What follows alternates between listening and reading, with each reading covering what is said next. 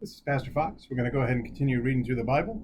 This is the reading for Friday of week 31, and we're in the book of Nahum, and we're going to read chapters 1 through 3. Nahum chapter 1. The burden of Nineveh, the book of the vision of Nahum the Elkoshite. God is jealous, and the Lord revengeth. The Lord revengeth, and is furious. The Lord will take vengeance on his adversaries, and he reserveth wrath for his enemies.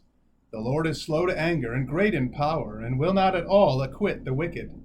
The Lord hath his way in the whirlwind and in the storm, and the clouds are the dust of his feet. He rebuketh the sea, and maketh it dry, and drieth up all the rivers. Bashan languisheth, and Carmel and the flower of Lebanon languisheth. The mountains quake at him, and the hills melt, and the earth is burned at his presence, yea, the world and all that dwell therein. Who can stand before his indignation?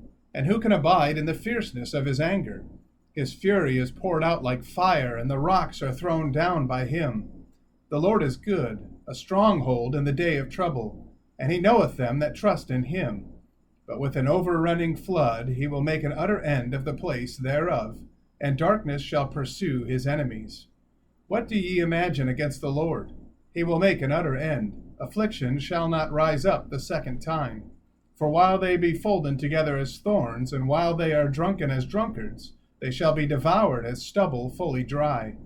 There is one come out of thee that imagineth evil against the Lord, a wicked counselor.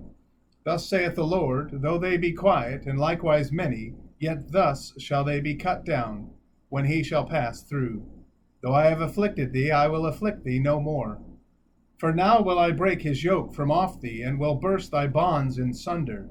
And the Lord hath given a commandment concerning thee, that no more of thy name be sown. Out of the house of thy gods will I cut off the graven image and the molten image.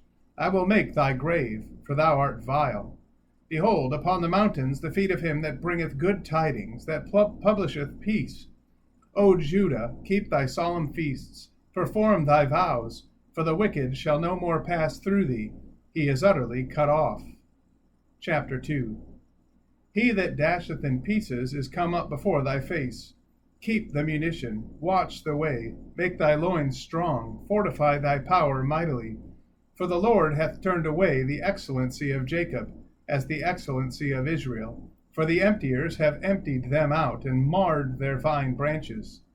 The shield of his mighty men is made red, the valiant men are in scarlet, the chariots shall be with flaming torches in the day of his preparation, and the fir trees shall be terribly shaken. The chariots shall rage in the streets, they shall justle one against another in the broad ways, they shall seem like torches, they shall run like the lightnings. He shall recount his worthies, they shall stumble in their walk, they shall make haste to the wall thereof, and the defense shall be prepared. The gates of the rivers shall be opened, and the palace shall be dissolved. And Huzzab shall be led away captive, she shall be brought up, and her maids shall lead her as with the voice of doves, tabering upon their breasts. But Nineveh is of old like a pool of water, yet they shall flee away. Stand, stand, shall they cry, but none shall look back. Take ye the spoil of silver, take the spoil of gold, for there is none end of the store and glory out of all the pleasant furniture. She is empty and void and waste, and the heart melteth, and the knees smite together, and much pain is in all loins, and the faces of them all gather blackness. Where is the dwelling of the lions, and the feeding place of the young lions? Where the lion, even the old lion, walked, and the lions whelp, and none made them afraid. The lion did tear in pieces enough for his whelps, and strangled for his lionesses, and filled his holes with prey, and his dens with ravin. Behold, I am against thee, saith the Lord of hosts, and I will burn her chariots in the smoke, and the sword shall devour thy young lions. And I will cut off thy prey from the earth, and the voice of thy messengers shall no more be heard. Chapter 3. Woe to the bloody city! It is all full of lies and robbery.